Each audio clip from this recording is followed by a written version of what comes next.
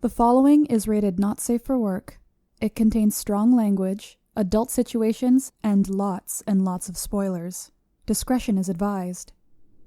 In the criminal justice system, cinematic-based offenses are considered especially heinous.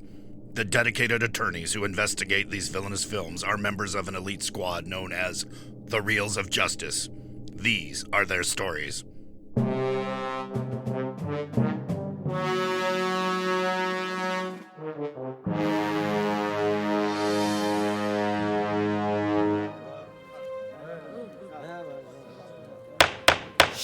Order, please, order. The Reels of Justice is now in session. Judge Dylan J. Schlender presiding. Your eyes for the Honorable Judge Schlender.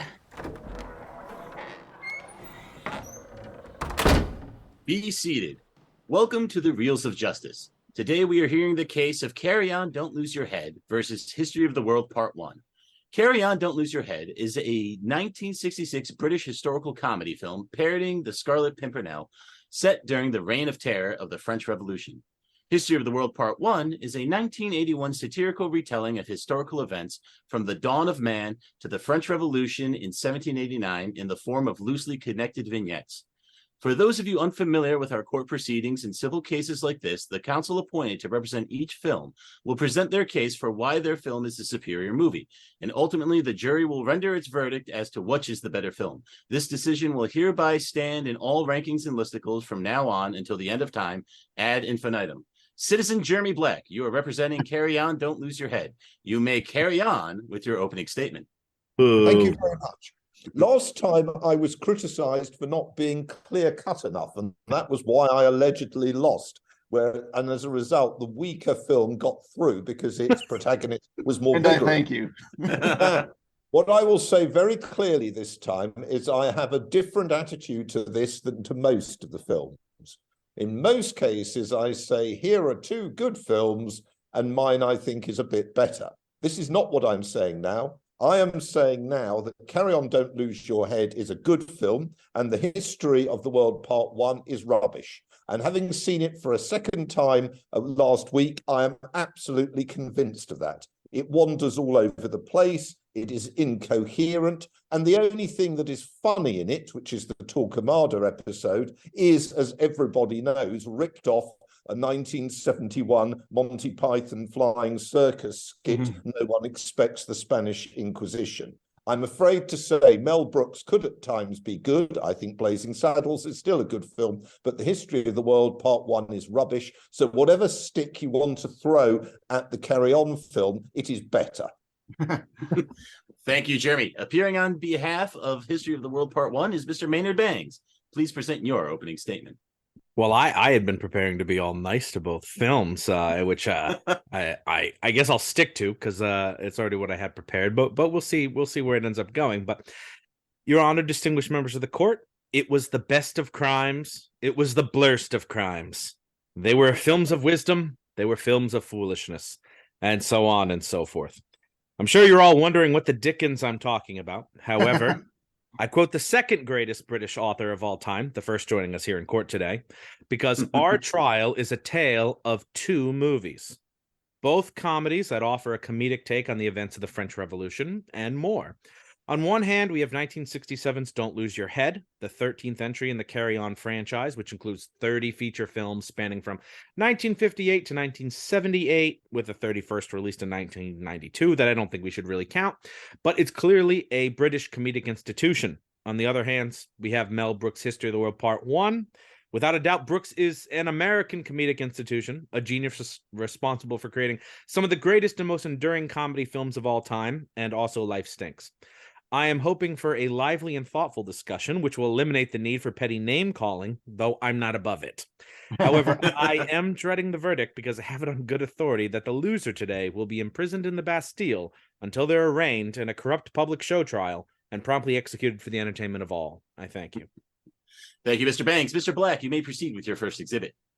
Yes. Expenditure. The Carry On film cost 1967 prices £215,152 for everything. It was made on the cheap. And as an example of a film made on the cheap, it is highly impressive.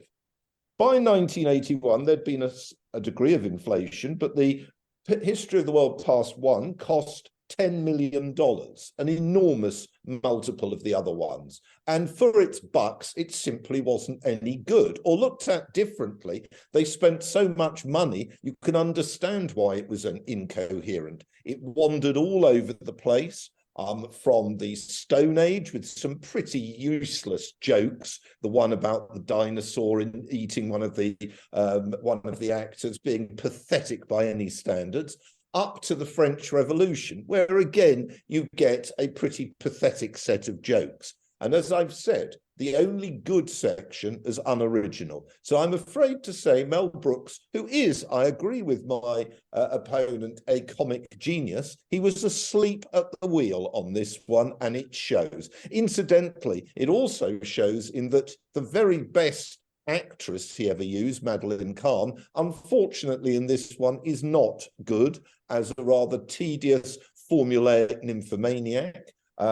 And he didn't use, for example, some of his great stars like Gene Wilder. So he instead used some pretty useless stars on the whole. So, no, I don't disagree that Mel Brooks is an American comic institution, but on this one, he was asleep at the wheel.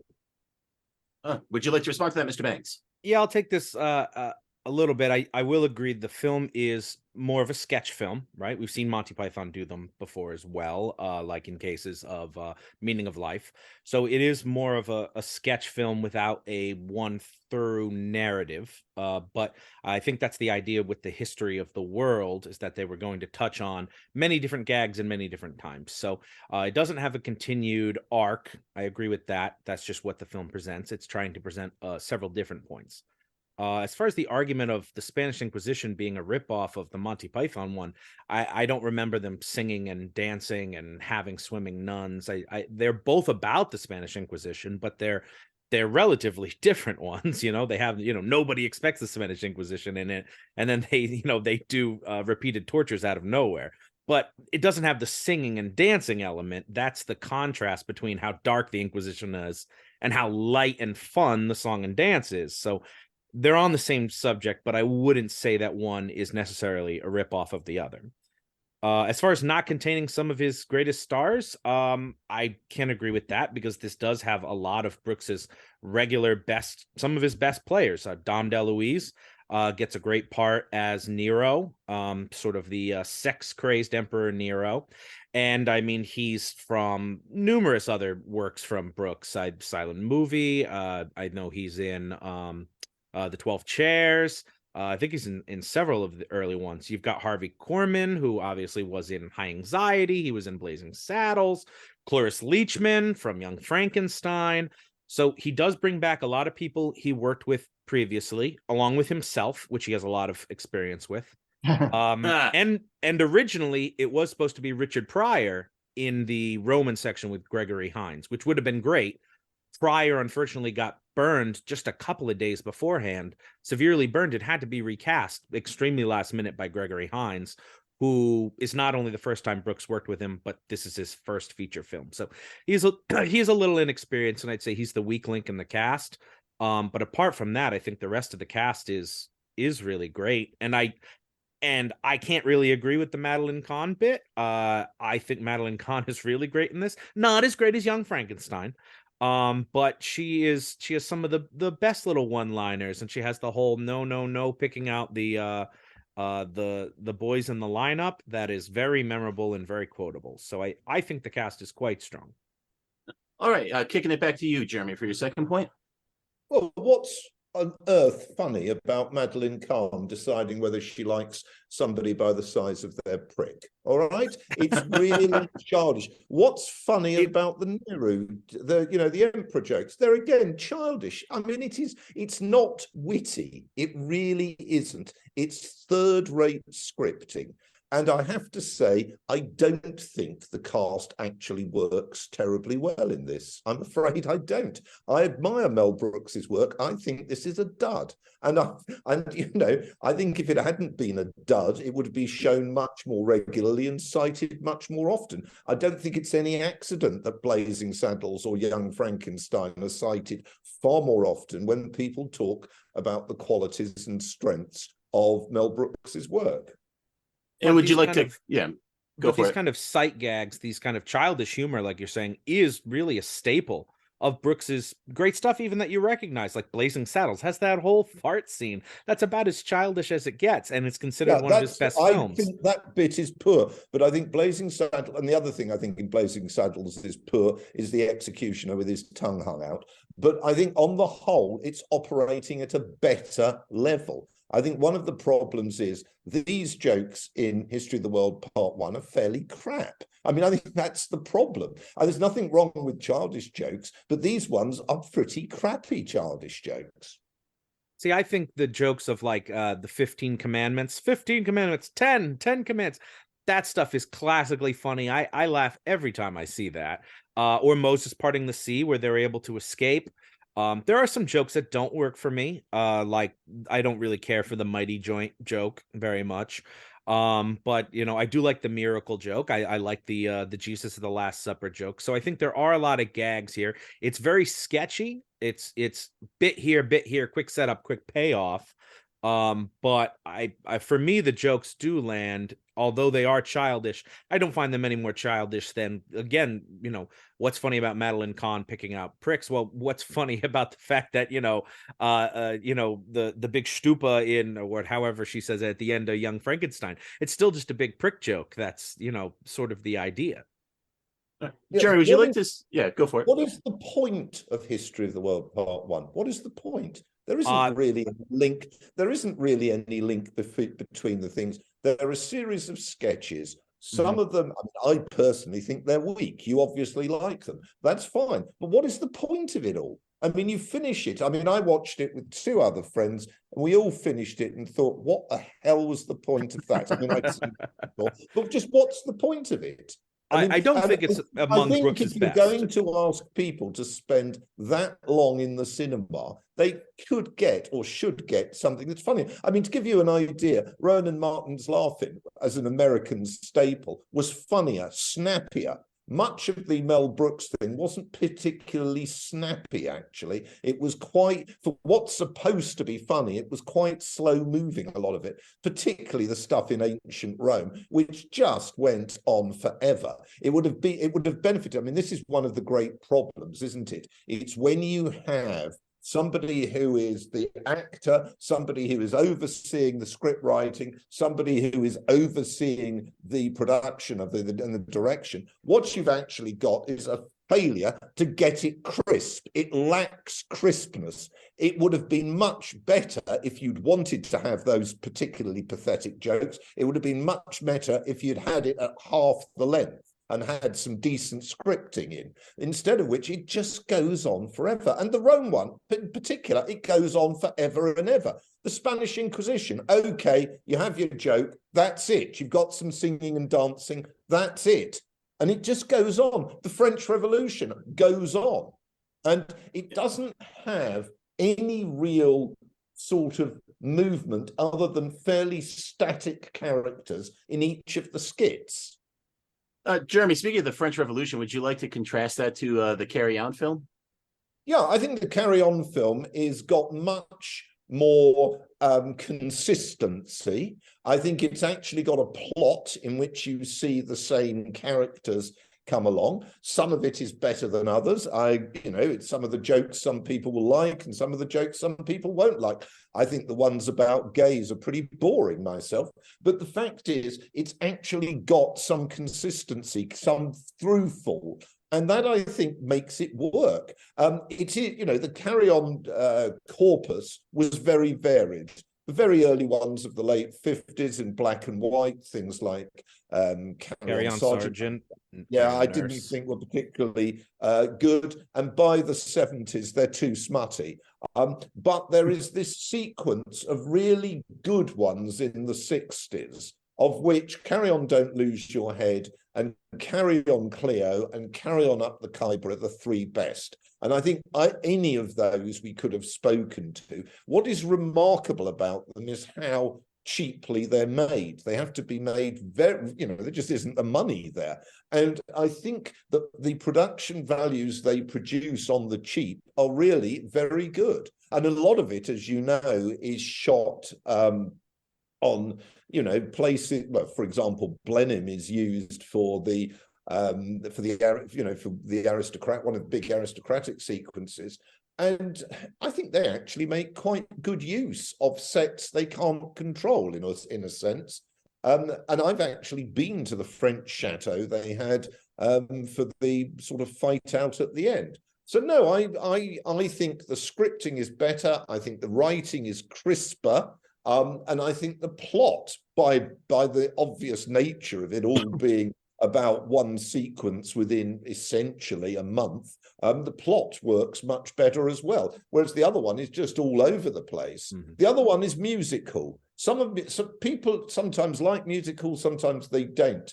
But the thing about musical is it's inherently inconsistent. You bring on different actors, different characters, and you do different skits. And, some people like that. And that's what Mel Brooks serves up. I don't think musical works terribly well for a film. I think that's its problem. I think Mel Brooks would have been better off disciplined producing an episode of, as I said, of Rowan and Martin's Laugh-In or an equivalent, but with time constraints. All right, suck it to us, Mr. Banks. I don't know if I would describe History of the World as a musical. There is the musical number, which is a personal thing. Brooks almost always composes a song for one of his movies. That's just a challenge he's had for himself, like since back at the beginning of his career, with the producers and going on to 12 Chairs. He kind of always wrote a song, but there's really only that one song and dance number. I don't think the Inquisition number goes on too long. I think it's just about right. Probably any longer would have been worse. But you get the whole singing and dancing number. And again, I think all the jokes really land for that. Now, I agree. The Roman section, it does go on too long. I would have liked if they trimmed that a bit and gave us another segment, with something else. But obviously the budget already got higher, so I'm sure that if they'd added a whole new set and a whole new costume, it would have been even higher, and Jeremy would have had something even worse to say about the movie. It did make its money back, but it's not nearly as successful as Blazing Saddles or Young Frankenstein. I mean, this is not the upper echelon of Mel Brooks. It's not. It has some good gags. Talking about specifically the French Revolution to the French Revolution. Now, Carry On, Don't Lose Your Head does have a plot and a throughput, but it's almost entirely a spoof of the Scarlet Pimpernel, right? Which is a 1905 novel. So it kind of gets that crutch of getting to basically adapt another plot, someone else's plot. And they don't have to think of their own. They get to just sort of copy the blueprint that's laid out for them, of which they don't really challenge it very much. They don't criticize or really spoof on the Scarlet Pimpernel.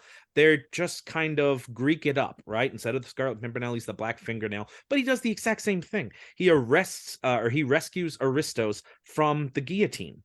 Now, I don't know if this is a particularly British thing, but I'll tell you that the Scarlet Pimpernel is not very popular over here in the States. Except for maybe Daffy Duck's turn as the Scarlet Pumpernickel. Which doesn't resemble the source material at all. We don't know much about him. He's a master of disguise. He buckles a little swash. He's not a big character over here. He had a few film adaptations in the 20s and 30s, all of them British. So this is not what we call like a globally recognizable character. And I think one of the reasons he doesn't pick up here and doesn't resonate with Americans, he's a decidedly un-American character. Especially speaking of America of yesteryear, when, the unions were at a peak in this country, a guy like the Scarlet Pimpernel sucks, right? He's not Robin Hood. He's kind of the complete inverse of Robin Hood. Rather than, robbing from the rich to give to the poor, he robs the rich from the poor. He literally steals the rich off of the guillotine. And I understand that towards the end of the so-called reign of terror, it had gotten a bit out of control. But I think we can all agree for most of the French Revolution, the people who bid it had it coming. And so I think to have your hero rescuing what could ostensibly be called villains from justice is not exactly a character that would resonate with especially, again, Americans of yesteryear. They might like it nowadays. We're kind of a different country nowadays. Now, compare that to the depiction of the French Revolution as short as it is in history of the world, right? The rich are depicted as generally cruel, right? Lustful, exploitive, right? They have piss boys who just have to hold buckets while they piss all over them. The king accosts any woman with breasts in his sight. It's over-exaggerated for humor. It's good to be the king. That's a funny line. I think that's very iconic of it. But the bottom line of the French Revolution in Brooks is that the aristocracy are bad. They're abusive. They're oppressive, and they're going to get what's coming to them at the hands of Cloris Leachman, Madame Defarge, and the rest of the revolution. And the only reason that the execution at the end is framed at all as a tragedy or unfair is a case of mistaken identity, right? The innocent piss boy, played by Mel Brooks, who is an exact double for the king, is going to take the fall. And that's the only reason it's painted as bad. If that were the real king, justice would have been served on that day. It's not, unfortunately. But luckily he's rescued at the last minute with a miracle. Definitely a quick way out. Like I said, this is really all about gags. The origin of this story basically is Mel Brooks was walking through a lot. Someone said, "Mel, what are you going to do next?" And he just made something up. He said, "History of the World." And someone said, "Well, you can't do that in one movie." So he said, "Oh, then it'll have to be History of the World Part 1." And that got his brain thinking, here is a bunch of great gags I can do. They don't really have a connecting theme except for the fact that Brooks is in all of them. That is a connective tissue throughout the whole thing. So you'll always have Brooks to anchor you in every scene, even though he's in different places. But it's not intended to be a cohesive through line the way that Carry On is. Yeah, Jeremy, would you like to discuss revolution to revolution in the two films? Well, yes. Let me just start off by saying that actually, if you go back and look at American stories in the early decades of the 20th century, you can find heroes from a sort of elite background. There are Batman too. Well, Batman's a very good example of a more recent one. Yeah. The French Revolution, I'm afraid, it's difficult for me because obviously I've written the history of Europe in the 18th century. I've written extensively on the 1780s and 90s. Let me just say both films are a travesty of the French Revolution, as, it's just crap what they both have in terms of their social politics. And they're comedies. So as comedies, one, I suppose, would cut a lot of flack to them.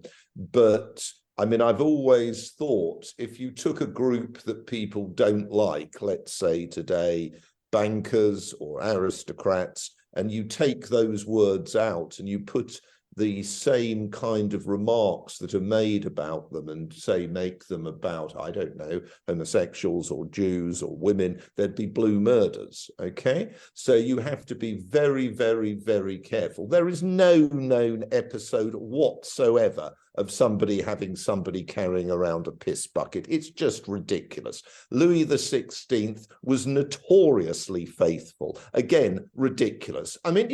You might say, open sesame, have an attack on the monarchy, that's what you want, fine. But don't be under any illusions. It's crap. It's complete, unmitigated crap. Now, I think that I would not be saying for a second that Carry On, Don't Lose Your Head is a faithful portrayal of truth. But I do think that the idea of suggesting that the social politics of it are undesirable, because what you see in the French Revolution is kind of the virtuous, murdering other people, and that's a great thing to do. I imagine you lot will next be praising President Trump or ex-President Trump if he sets fire to New York, and you'd be actually parroting his kind of rhetoric. So no, I think you've got to be much more realistic. And I've always said this. I was once interviewed about historical inaccuracy. It, in fact, was to do with the Patriot, when, as you may know, there's a scene in that of the British Army driving people into a church and setting fire to it. And I said, well, it's wrong. And it's particularly unpleasant because there is a known episode of this occurring, and it's, of course, the SS doing it to French civilians in 1944. So extrapolating it onto some other military that didn't do it is wrong. And the director who was on for the BBC, some film director, said, oh, well, artistic license. And we were then at the height of the Troubles. And I said, yeah, artistic license. Would you like to show a film in Northern Ireland in which you have Catholics brutalizing Protestants or Protestants brutalizing Catholics in some historical episode? I said, it's no different to the Nazis with Jew Seuss or their other anti-Semitic films. So I think, in a way, the point is that nobody is going to speak on behalf of people that we don't much like, but that doesn't mean that it should be open season to any slime that some actor or director or writer chooses to coat them with. All right. Very heavy, Jeremy. Are there any other points you'd like to bring up before we kick it over to Mr. Banks? Yeah, I just think that it's a more consistently funny film. I think it parodies what it is showing rather brilliantly. It is making fun of itself. And I don't see the same degree of making fun of itself in the Mel Brooks film. I think he's actually more self-regarding and pompous in the film he presents. And I think the actors in the Carry On film are better because they are making fun of themselves. All right. Mr. Banks, I'm kicking it over to you. Any points you'd like to bring up in defense of History of the World? I do think there's some self-denigrating humor within this. Obviously Brooks's king is very pompous and arrogant, but Comicus is basically a failed stand-up comic, right? You've got him as a piss boy, where he's, happy to get peed all over and be kind of pushed on. So, and then, there's the Moses stuff where, Brooks is doing his usual sort of like kind of Jewish joke shtick. But that's all still pretty self-denigrating, right? He does the muttering Moses kind of old man gimmick. So I think there is some self denigration in the film. I think Brooks is a confident man, but I don't know if I would say he's arrogant. Although it is convenient he cast himself as that particular king, isn't it? It's good to be the king. It's good to be the king. I did want to talk about the cast a little bit. Now, I don't want to, get down on the Carry On troupe. I think they're an excellent ensemble overall. But I think that we mentioned that the cast of History of the World is extremely strong. I've already touched on the regulars, but I also want to talk about a lot of the cameos that are in this movie. Brooks fills History of the World with a ton of these like little Easter eggs scattered throughout the film. Like right off the bat, you've got Orson Welles doing the narration. You've got B. Arthur at the unemployment office. Carl Reiner is the voice of God speaking to Moses. John Hurt does a little turn playing Jesus in The Last Supper. And then there's like a veritable who's who of stars of comedy of that day and before. Henny Youngman, Charlie Callis, Jackie Mason, Sid Caesar, Howard Morris, Jack Carter. Almost every little one line here or there is a comedian of either that time or just the era before. And I think that this is sort of Brooks's way of including them, immortalizing them, and saying, this isn't just the history of the world. Here's kind of a history of, comedy. And all of them usually have a great little part. And I think they make those little bit parts just a little bit more special, right? When they go to the chemist, I'm looking for a pack of Trojans, and it's Henny Youngman that delivers it. That's something that's really funny and special, and it doesn't resonate so much with people of our day's audience, unless you're very familiar with comedy. But at the time, a lot of those people would be, very recognizable. Charlie Callis doing the soothsayer in the Roman segment, he would have been extremely recognizable to audiences at that time. So I just think that's a fun little thing throughout the film. Now, as for the Carry On guys, I like about half of them, right? Kenneth Williams and Charles Hawtrey, who play Camembert and the Duc de Pomfret, respectively. I thought they were excellent. They really stood out to me prominently, and they're probably the two performers that would have me like seeking out more Carry On films. I also want to touch on Joan Simmons in just a minute too. But some of the others are a little bit more forgettable. Like the broad guy who's following along with Camembert, he's a lot more forgettable. The sidekick of the Fingernail himself, he's a bit more forgettable. The Fingernail, I'm sure he has some good parts. I didn't necessarily like him in this because he's doing that sort of fake lisp the whole time when he's himself. And that just kind of gets grating pretty quickly and is a weird little quirk they added in that I don't know why he did it. I guess because he's supposed to be foppish. But it ends up being grating. Now Joan Sims, I also think is one of my favorite characters in the whole Carry On feature. She's wonderfully grating. Her voice is like the melody of nails on a chalkboard. That may not sound like praise, but it is. But when you compare it to me to Madeline Kahn, head to head, Madeline Kahn, for even the little bit she has here, I think is still much funnier. I mean, just little facial expressions she makes in reaction to any of the things going on are a lot more memorable and a lot more iconic. And so I think Sims is really a strength of her movie, but can't compare to that. And also, I have not seen all 30 of these Carry On movies. I've seen little bits and pieces of them in preparation. And it does seem like, especially with Kenneth Williams, who was Camembert, he's kind of always doing the same thing. He's kind of one note. He's kind of always doing the same sort of affectations and voice. And that's great. I guess if you're used to that character, it's kind of like going to see an Ernest movie. I love Ernest, but he's kind of always doing the same character no matter what situation he's in. And the Carry On blokes seem like they're the same kind of thing. They get picked up and dropped into new things, but they're always kind of doing the same interaction between each other. All right. And would you like to rest there, Mr. Banks? Well, if Jeremy has no response there, one last thing I want to touch on is both these movies kind of break the fourth wall. And that's something you either like or dislike. I know Big Ben's not a fan. Not a fan. But something about the way the Carry On folks did their fourth wall breaking when they would do asides directly to the camera and then go back and do a line, and the next person would do their aside and go back and do a line.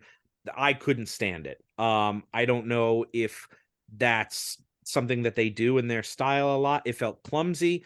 It shuts those particular scenes down. It reveals no additional information in it, right? It's they're basically saying subtext out loud for things that you would have picked up anyway. Like, of course, when he meets this woman, they're both falling for each other. They don't need to look at the camera and tell me. The lines aren't even all that particularly funny. You compare that to, the Brooks breaking of the fourth wall with like, it's good to be the king. These are small throwaway aside type lines that you can kind of laugh along with the character on. And since it's not done repeatedly over in one scene, it's just a lot less ham-fisted to me. And with that, Your Honor, it is a far, far better thing that I do than I have ever done. It is a far, far better rest that I go to than I've ever known. All right. All sides have rested their cases. The attorneys will now present their closing arguments. Mr. Black, you may begin. I think, as my opponent has said, History of the World Part 1 is a series of sketches. I think it lacks consistency, it lacks coherence, and if you like it as a series of sketches, that's fine. I don't agree with him that it's all well acted. I think some of the actors are poor. I didn't think, for example, Sid Caesar was at all funny. And actually, I think that the film is below the sum of its parts because of its sketchy character, but that some of its parts are also weak. The Carry On film has the strengths and weaknesses, and there are clearly weaknesses of its type. It is a satire. It's a satire on a well-known text. It was produced cheaply by an ensemble group of actors who were well used to working together and who did it very quickly and with moderate expenditure. And I think that kind of film deserves praise. Mel Brooks was a great comic producer and thinker, but this is one of, as my colleague has said, one of his weakest films, and it would be a mistake, therefore, to give it star rating. Thank you. Mr. Banks, please present your closing argument. Thank you, Your Honor. Unlike my opponent, I think we have two good movies here. I'm looking forward to tracking down the rest of the Carry On series. I can see why they were so successful and how the series managed to last so long. There are some great comedians in that troupe. However, I think if I were in the jury, I would render a verdict in favor of History of the World Part 1. I do think it's extremely funny. It has its high points and it has its low points. Its high points are what you remember. I do think pound for pound, the LPM, the laughs per minute, is higher in History of the World. From the 15 Commandments in the beginning to Hitler on Ice and Jews in Space at the end. It is wall-to-wall, infinitely quotable gags. You know, he's a eunuch. He's a eunuch. He's dead. You know, I found myself quoting along with the movie pretty much the whole time because I've seen it probably about a dozen times. The bits are performed by some of the best comedians of that era and the era before, and many regulars of Brooks' work. And again, like I said, I don't think History of the World is up there among Brooks' very best stuff. It is a very strong entry in his catalog, I think. Plus, it features the Inquisition song, which is not only one of the best things he's ever done, but one of the best things anyone has ever done in or out of show business. So if Madame Guillotine is thirsty, and she must drink, let her slake her thirst on the blood of the Carry On fellows, because at the end of the day, the Scarlet Pimpernel kind of sucks anyway. I thank you. Thank you all. Members of the jury, Mr. Big Ben Haslar, Mr. Dylan J. Schlender, and Mr. Master of the Horse, Ryan Luis Rodriguez. You have all heard the facts concerning this case. It is now up to you to determine which film is the superior movie. The bailiff will escort you to the deliberation room to render your verdict. You know, I saw a French Revolution once when I put my baguette in the microwave. Oh, gee. That's a big microwave. Yeah. Okay, gentlemen, what are we thinking? Ben, I want to hear from you. Yeah, you know, I agree that this is not Mel Brooks' best work. It's not my favorite. I love Young Frankenstein. I love Spaceballs. This is one that, while I do agree with Maynard that you'll remember a lot of these lines, like it does hit a lot of really great lines. When you're watching it, you feel how much it drags down because these bits do go on and on. The Inquisition, for example, great sketch. Love it to death until the nuns show up, and it still goes on from there. And that's like true with almost every set piece here. It's just randomness thrown at you. I don't like Family Guy for the same reason. I like a cohesive narrative. So while I do think it hits heights better than Carry On does, it also hits lows that Carry On also doesn't have, so it's a little bit more imbalanced. So yeah, for me it's like comedy versus comedy. I think that I kind of have to lean towards Carry On, and narrative versus narrative. Yeah, the narrative's not there in History of the World. It's just I need a through line through all of it, and I don't have it. For me, this is Mel Brooks's weakest, probably. I haven't seen High Anxiety in a couple of years, but I don't remember being particularly fond of that one either. But this is his weakest. It has some great bits in it. It definitely drags it even, like 95 minutes? Like it's not the tightest runtime I've ever seen. But then watching Carry On, not uproarious, intermittently funny, but not in a I can't believe how funny this was way. Just kind of like, oh, that was cute. Oh. Yeah. Lost my interest a few times. Right? I mean, that tone is consistent. Lost my interest a few times, and then it ends with a 90-minute sword fight that I not find more interminable. But Dylan, I want to hear you ring in. What's going on, buddy? All right. Well, I was pretty 50-50. I was Jeremy had a really impassioned case. I loved his man. He hit it. I loved it. He was mad today. Yeah, he was mad. He was, and his impassioned plea for historical accuracy, that hits so close to home because I love history. Patriot. And well, it's just such a good point, and it's something we shouldn't even lose sight of, even when we're making fun of something like the French Revolution, even though it took place, so long ago. I gotta say, I'm a new fan of the Carry On series. I agree with Maynard. Want to track them down, watch more, maybe do more on the show. This is one of like the more middling ones, right? Like there's well, yeah, I hear that they're kind of all over the map. But you know what it was missing though? What was Muppets. Missing Muppets. Well, and so History of the World, it did have some great bits, but like I can't really tell you one funny thing about the caveman bit. The Ten Commandments bit is part of the trailer, so.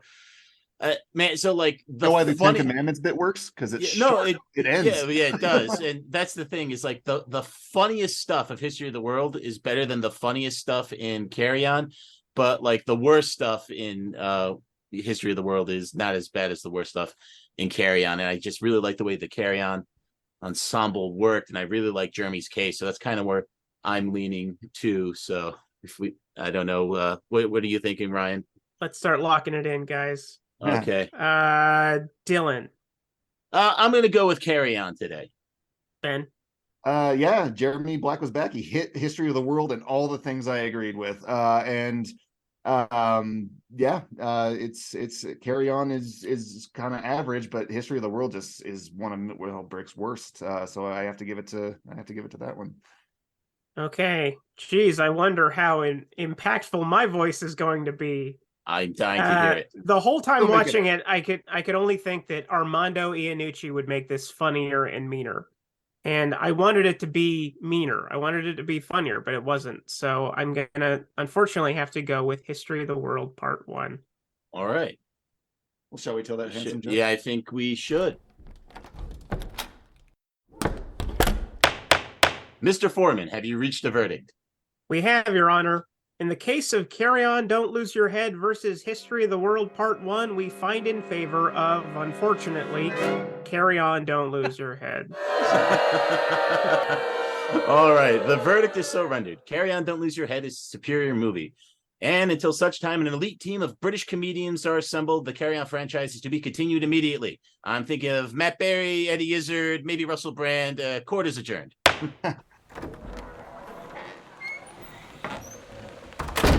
This is Dylan R. Schlender, Dylan's much more successful brother, interviewing you outside of the Reels of Justice Courthouse. Mr. Jeremy Black, jolly good show. What did you think of that verdict?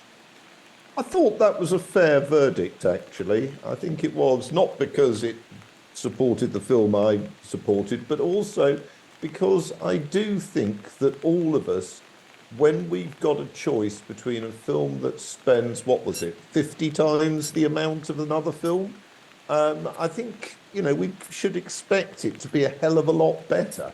And I'm actually rather in favour of, cheaper films. I'd like to see more films produced, and I'd like us to see production values and critical evaluations that are positive towards the less expensive film, all things considered. Well said, sir. Thank you very much. And here comes Mr. Rob Maynard. What are you doing when you're not living with my brother, sir? Well, one, I'd like you to know that Dylan already has two more successful brothers. Stop. So, I mean, I always grew up really liking History of the World. I don't see the holes in it that everyone else does, but maybe that's the nostalgia in me. It is actually one of my favorites. I can think of a few Brooks movies that I don't like as much. High Anxiety, Silent Movie, even Dracula Dead and Loving It. I like it more than Robin Hood Men in Tights. I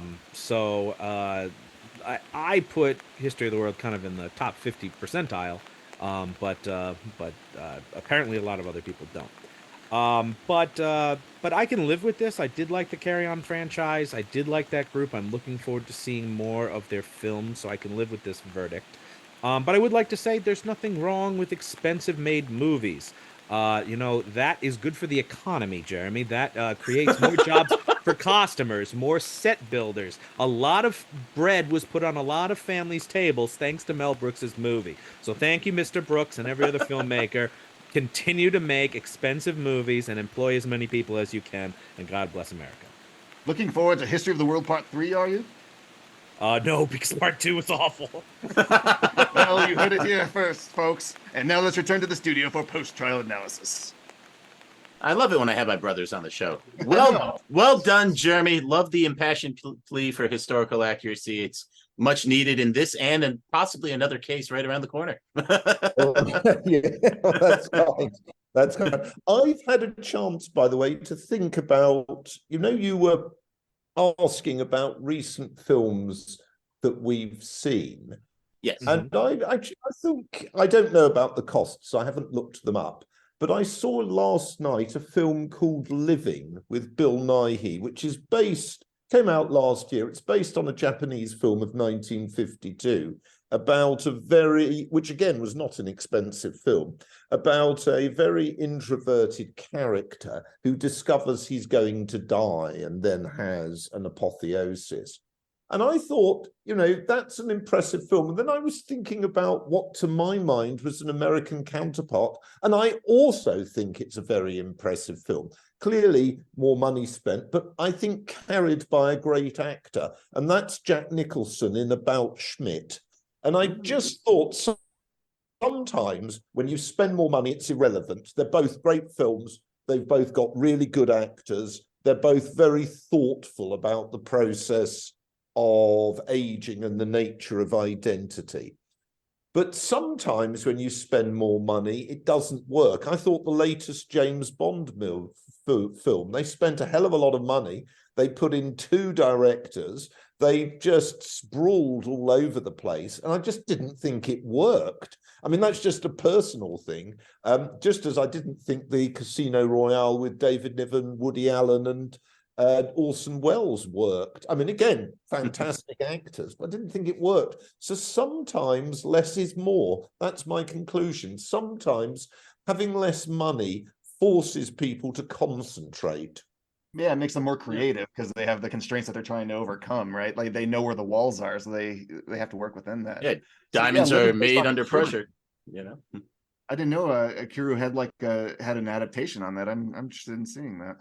Yeah, I mean, I'm the only Japanese enthusiast here, I guess. No, I mean, I don't know if I saw that. Does it have a robot in it? But I agree. I mean, I think bottom line, whether you spent a little money or spent a lot of money, it's great ideas that really make a great film. Yes, and I agree. You can do that with a lot of money. You can do it with very little. Yes. But it's hard to get that many Roman costumes with no money. I'll say that. Yeah. I did like the one with, sandals, the one that begins with the filming of the ancient Roman thing and ends up with a submarine off the Californian coast. Yeah, the Hail Caesar.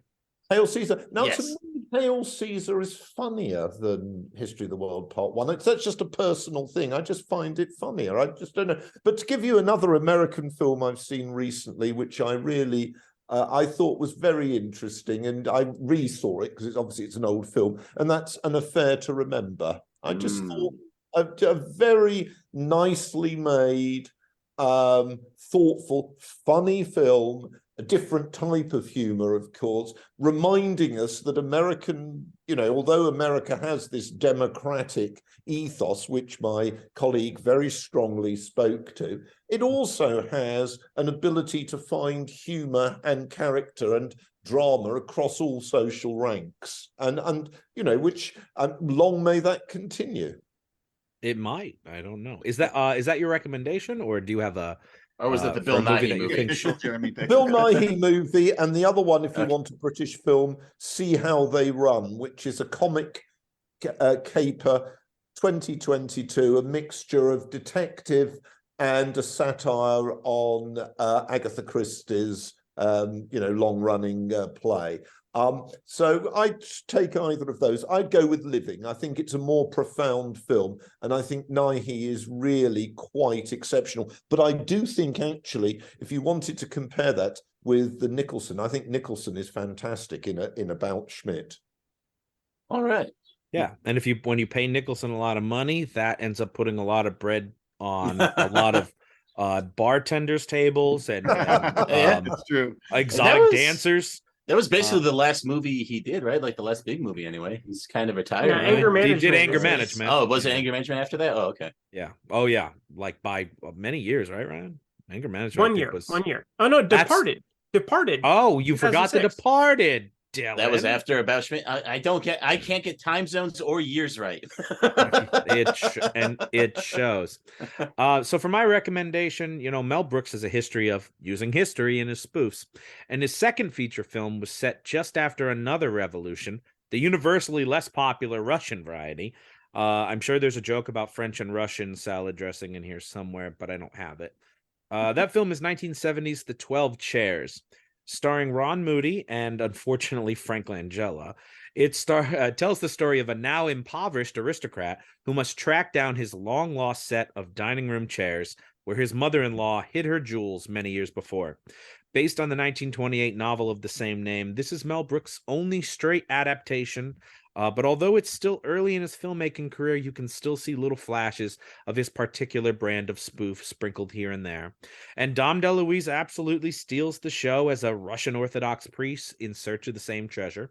I was recently able to discuss this movie at more length on Billy Ray Bruton's Mel Brooks podcast entitled Brooks is Here, which is currently a Patreon exclusive, but I'm sure it will be available beyond the paywall to the general public sometime between now and eternity. The 12 Chairs is not currently streaming anywhere, though I think some cheeky monkey has it uploaded to YouTube. However, it is included in the Mel Brooks Collection Blu-ray set, which also includes the hard-to-find silent movie and High Anxiety. So support physical media. Big Bun, what have you got for us? Oh, Wait, no, Schlenzo. Right Schlenzo's the judge. Turn. No, Schlenzo's the judge. He told me you were the judge earlier, and then he lied. So Schlenzo, what is your recommendation? I never said that. So my recommendation, I think one of the greatest pleasures in the world of cinema is to witness the successful blending of history and entertainment, and that is what is accomplished in the 1972 film 1776. And I have to say, what a thrill it is to see the best founding father, Roger Sherman, portrayed so brilliantly by Rex Robbins. So the hard work, passion, and sacrifice that went into securing our freedom and making this great nation is shown in a poignant and educational way. So I cannot highly recommend this movie enough because it has great music, it has great wit, but in the end, it's a truly captivating story. My father was involved in production of that in high school. I just know because he never shuts up about it. Was he John Adams? Yes, it wasn't a big part in it. It's just he makes a big deal about that he was in it, and it was his big turn at theater, his big break, his big moment. I'm certain he was probably a non-speaking role. Big Bun, what is your recommendation? I've been pushed aside from Dylan. I'll let Ryan go first. Wow. All right. We really have to wait on Ben's now. I'll put you in suspense. Ryan, what is your recommendation? My recommendation this week is a foreign film that I absolutely adored from 2022 called No Bears. It follows an Iranian director, Jaffa Panahi, playing himself, who is barred from leaving his country and must accordingly direct his latest film set in Turkey remotely, only to deal with the culture clashes involving local villagers. Panahi was, at the time of this release, in prison for speaking truth to power with his films, and No Bears is a quite timely masterpiece. I have my blind spots, some more egregious than others, but if the canon of Iranian cinema is this good, I have some serious catching up to do. No Bears, an accurate title, by the way, there are no bears in the film, is streaming exclusively on the Criterion channel. Does the film explain why there's no bears or why it's called No Bears? Yes, it does. Okay. It's in the movie. All right. Can't spoil it though. And we won't, but you do have to watch out for those Iranian cannons. They really will creep up on you. I wonder if there's a big difference like pre or post Shah Iran for good movies. Yes, they probably all used to be a lot better. So Big Ben, what is your recommendation? I hope it lives up. I'm going to recommend it won't now. So much hype. All the air's out of my balloon. But I'm going to recommend The Scarlet Pimpernel, but not the one Carry On, Don't Lose Your Head was based on, but instead the 1982 version starring the bold Anthony Andrews, the ravishing Jane Seymour, and the younger and hotter Sir Ian McKellen. If you haven't seen it, it takes place during the Reign of Terror portion of the French Revolution, where the beheadings were just getting ever and ever more bloodthirsty. And Sir Percy Blakeney takes on the millionaire foppish playboy persona by day, but then also dons an alias to enact vigilante justice, working outside the law, making him the Batman of the French Revolution. But the trouble is in store for our flowered fighter, and the woman he comes to fall in love with and marry might just be in league with the scheming Chauvelin in charge of lining up the aristocrats for being beheaded, who's played by Ian McKellen, forcing him to close himself off from the woman he promised to love for the greater good. It has history, intrigue, romance, and action, and you can catch it all for free on Canopy. Support your local library. I was hoping you were going to say Tubi. I'm doing all these facial expressions, but no one can see them. Because I looked up like adaptations of Scarlet Pimpernel, and mostly everything I saw, the latest one I saw was from the 50s. I had no idea there was an 82 one. Yeah, I think it was made for TV, but yeah, definitely better. But like that, you're just talking about like that foppish voice that he's doing in Carry On. Like when you see this, like it's okay, you know, like he the way that he does his millionaire playboy persona is just so over the top that it just makes sense to parody it. That way. I mean, that is I was reading about it, you know, and that the big thing Pimpernel has is sort of he's disguising his identity within a more effeminate cover, which, you know, they compared to like Batman, you know, Bruce Wayne's Playboy, or like Clark Kent, is sort of this unsuspecting veneer that, you know, that makes you think he can't possibly be this dangerous individual. So it does have that.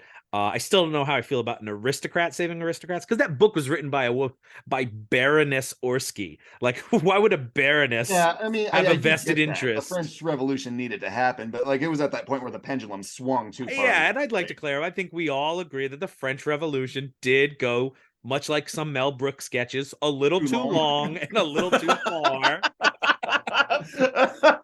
But at their core, it was really funny. You know? It started with a great idea. And it just kept going. You know, and that's why it didn't stick out. And then they got Napoleon, you know. So you know, they got theirs in the end, and it all worked out just great. You know, luckily nothing like that happened to us, right? Yeah, but I did be an American Napoleon. I did read things that like Stan Lee said the Scarlet Pimpernel was like the first superhero, and it's like, I don't know. There's like Gilgamesh and Odysseus and a lot of but they're themselves though. They don't have secret identities. I guess, but is a superhero just about a secret identity and a mask? Well, I think that's the way Stan Lee's like. Schlenzo? No, it's not. And that's another problem I've always had with Clark Kent. It's like Superman doesn't need to be like. Anyone, he has to pay bills, you know? Schlenzo. Well, no, yes, he could rob banks, but no, that's what I'm saying. I know you want Superman to just rob banks, but he can't do that. No, but Batman's a human. He needs to have solitude. That human counterpart. It's got no TV. It's got no cable. It's got nothing. But anyway, that's with that, we're all out of show. But we want to thank our guests, Jeremy Black, for joining us. Thank you so much, Jeremy.